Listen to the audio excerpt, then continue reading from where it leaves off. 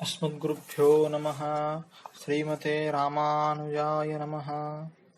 श्री श्री 1008 श्री स्वामी जी श्री सीतारामाचार्य जी महाराज के दिव्य प्रवचन श्री नित्य लीला ग्रंथ 15वां भाग। हम लोगों को व्यर्थ बातें कहना सुनना नहीं है। जीवन का समय बहुत थोड़ा है। बड़े नेत्र में राई बराबर सार भाग है, उसी से देख सकते हैं। श्लोक सारतम शास्त्र वाला है, सारतम को ही ग्रहण करना, इस श्लोक का सारांश भाग ही ग्रहण करना। शरीर इतना बड़ा है, इसमें सार भाग कलेजा है और सारतर भाग जीवात्मा है और सारतम भाग परमात्मा का मिलना है।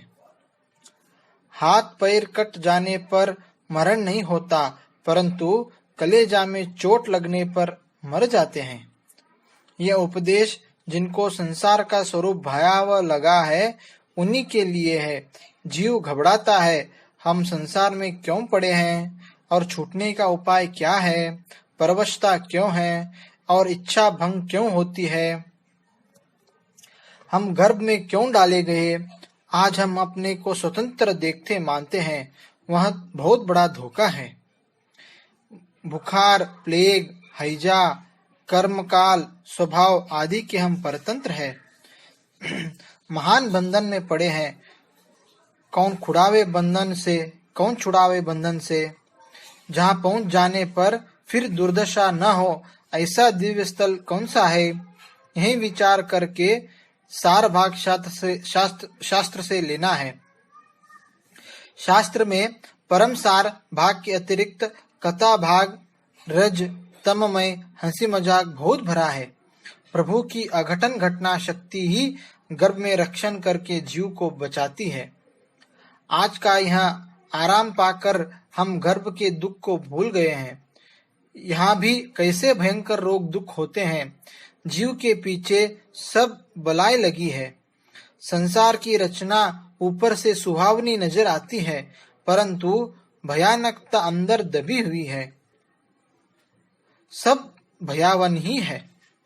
राजा है अथवा करोड़पति अथवा शासन करने वाला है या 10,000 तनख्वाह मिलता है और ताबे में लाखों मनुष्य है, ऐसे किसी को 50-60 वर्ष में जाकर एक पुत्र हुआ और खूब खुशहाली मनाए, परंतु उसी बालक को खूब बीमारी हुई, कई हजार रुपया वैद्य डॉक्टरों को दिया,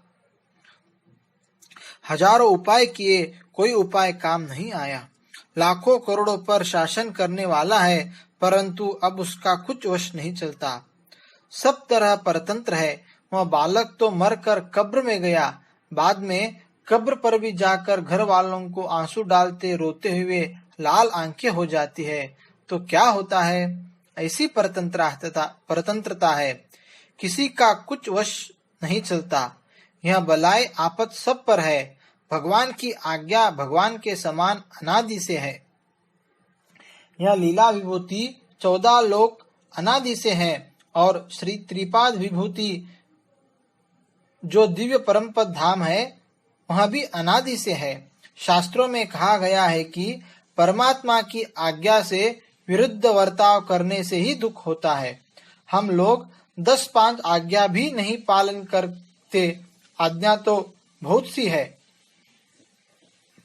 पापी भी बहुत प्रकार के हैं। ये चेतन सबको नहीं जान सकता। जो कोई त्रिकालज्ञ हो तो कुछ ज्ञान पावेगा। राजा की आज्ञा उल्लंघन करने वाला जेल में डाला जाता है। छूटने का क्या उपाय है? यहाँ पर हम लोगों की बुद्धि ही विपरीत हो रही है। जो अपना है उसको अपना नहीं मानते हैं और जो अपना नहीं है उसे हम अपना मान रहे हैं। पुनरपि जननम पुनरपि मरणम। बड़ों ने तो अंत में ही यही कहा कि पाही मुरारे, इस संसार का क्षणिक मुख दुखोत्तर है। परवश मृत्यु होती है। इच्छा न होते हुए भी मृत्यु के गाल में गर्भ रूपी काल कोठरी की जेल में जाना पड़ता है। यह चक्र अनादि से चल रहा है, उससे मुमुक्षु घबराता है। एक जन्म का दुख दुर्दशा की हद की है। अनंत जन्म मरण का कौन वर्णन करे। वह विचित्र संसार है। अनेक मुनिजनों के अनेक भिन्न भिन्न शास्त्र मत है, अनेक पंथ फैले हैं, कल्याण मार्ग का पता ही नहीं लगता है। यदि कोई सद्गुरु सच्चे महात्मा मिल जावे तो वे कृपा करके परमात्मा से मिला देवे। कोई ऐसे कृपालु मिले तब हो। अच्छे शास्त्रों का यही कहना है कि मनुष्य देह कर कुछ श्रेष्ठ फल यही है कि जन्म मरण से छुटकारा हो जावे, अर्थात परमात्मा मिल जावे। वश इसी की जीत हो गई। यदि संसार चक्र में आना पड़ा तो फिर पशु और मनुष्य में कोई भेद नहीं है। हम यहाँ पर कोई कथा नहीं बांच रहे हैं, ये तो दो चार खास बातें हैं, उन्हीं को कमेटी करके विचार करते हैं। हमारी पंगत में ऐसे ही विचारवान आकर बैठे। हमें फालतू जमात नहीं जोड़नी है। प्रियतम प्रभु को ढूंढने वाला जो हो वहीं हमारे पास बैठे, हम उसे देखे, हम वहाँ हमें देखे। बस फालतू लोगों से कोई काम नहीं है। सद्गुरु को भगवान के समान मानना चाहिए। लौकिक सामान्य भावना वाले गुरु आए, दक्षिणा दे दिए, बस गुरु गए, ऐसा व्यवहार मात्र कर देना चाहिए। लोगों को समझना चाहिए कि लौकिक स्त्री से 3 कार्यों की सिद्धि होती है, इस कारण स्त्री का गौरव करते हैं। श्री गुरु जी से भी ज्ञान मिलना, संसार जन्म मरण का बंधन छूटना और परमात्मा को मिला देना, ये 3 काम सिद्ध होते हैं। यही मुख्य लाभ है। गुरु तत्व का साफल्य ही है। सब कुछ कहने का भी सारांश यही है कि परमात्मा हम पर प्रसन्न हो, हमारे अपराधों को क्षमा करके संसार जेल से छुटकारा करके प्रभु अपना परम पद देवे। यह सब श्री गुरु कृपा से ही हो सकता है। सरकार जेलियों को जेल खाने में भोजन वस्त्र देती है, वैसे ही हम लोगों को यहाँ भी संसार के भोग व भोजन सब जेलियों के समान है। जीवात्मा चैतन्य है, उसको भले और बुरे का ज्ञान भी है। वह भला कार्य प्रसन्न चित्त से करता है और बुरा कार्य करने में रुकता है। कर्तव्य शक्ति प्रभु दिए हैं, चैतन्य को कुछ करना ही चाहिए। यदि कुछ करने में खुद को असमर्थ समझे तो फिर प्रभु कृपा के अवलंब पर रहे। द्रवहि दीन दयाल राघव साधु संगत पाइये, विनय पत्रिका से। यह अति सूक्ष्म विषय कहा जा रहा है। सत्यनारायण की कथा नहीं है, सुनकर समझे और परिस्थिति कर लेवे, बिना परिस्थिति के काम सिद्ध नहीं होगा। 50 वर्ष सुनने वाले की परिस्थिति नहीं हुई तो फिर सुनना फजूली है। 10 आना पाप और 6 आना पुण्य है तो स्त्री का जन्म मिलता है, और 6 आने पाप और 10 आने पुण्य होने से पुरुष का जन्म मिलता है। आधा आधा पाप पुण्य बराबर होने पर नपुंसक हिजड़ों का जन्म मिलता है। 15 आने पाप 1 आना पुण्य पर सुअर कुकर आदि का जन्म मिलता है। पाप पुण्य के इस प्रसंग से यही सारांश हमें लेना है कि जब पाप और पुण्य दोनों ही समाप्त हो तब भी प्रभु कृपा से प्रभु का दिव्य परम पद धाम मिले। हमारे पाप और पुण्यों की था नहीं है, परमात्मा की था कर सकते हैं। तुलसीदास जी कहते हैं, निगम सारद शेष निहोरी अपने पाप गिनाहूं, जो करनी समझू आपनी तो यो चरण शरण हो जाहूं, मृदुल स्वभाव श्री रघुवर को इत्यादि।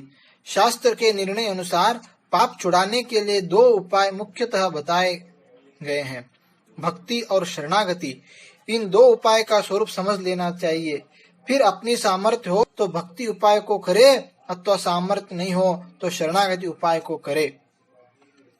जैसे शरीर रक्षण के लिए संसार के सब व्यवहार बहुत कोशिश के साथ करते हैं, वैसे ही संसार से छूटने के लिए कोशिश करनी चाहिए, क्योंकि जन्म मरण, गर्भ दुख, बाल्यावस्था, मास्टर का छड़ी सहन, जवान होना, अनेक रोग होना, बुढ़ापा, अपमान, गरीबी आदि अनेक दुख ही दुख का भयंकर चक्र चालू रहेगा।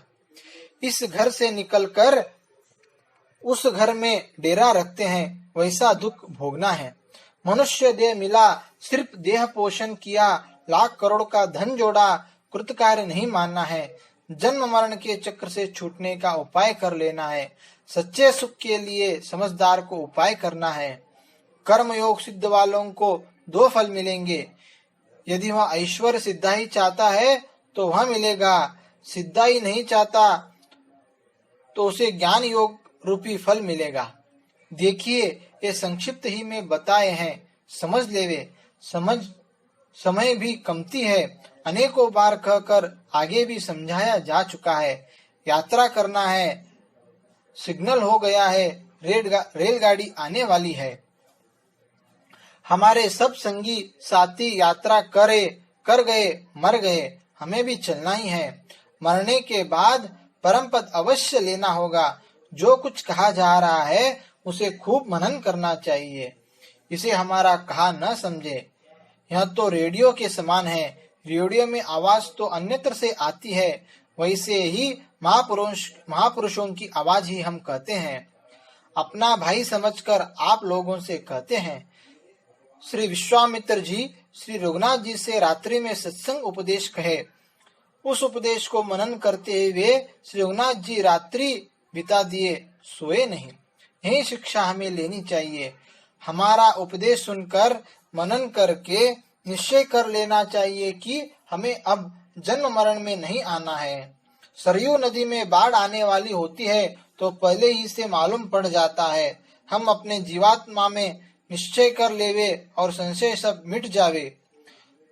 प्रभु सब करते ही हैं। लड़की का विवाह हो जाने पर पति सब इंतजाम करता ही है। प्रथम सद्गुरु की प्राप्ति, फिर उनसे ज्ञान श्रवण कर मनन करे। प्रभु की शरणागति कर, फिर प्रभु कृपा और प्रभु का अनुभव यहीं पर होना चाहिए। श्री भरत जी कहते हैं कि जो खास उपदेश गुरु जी दिए उसको शिष्य यदि मनन नहीं किया तो उस शिष्य की अवश्य ही दुर्गति होगी। वैसी मेरी गति हो यदि मेरा मन श्री रघुनाथ जी को वन भेजने में हो। श्री स्वामी जी का मंगल हो, श्री लाल जी का मंगल हो। जय श्रीमन नारायण।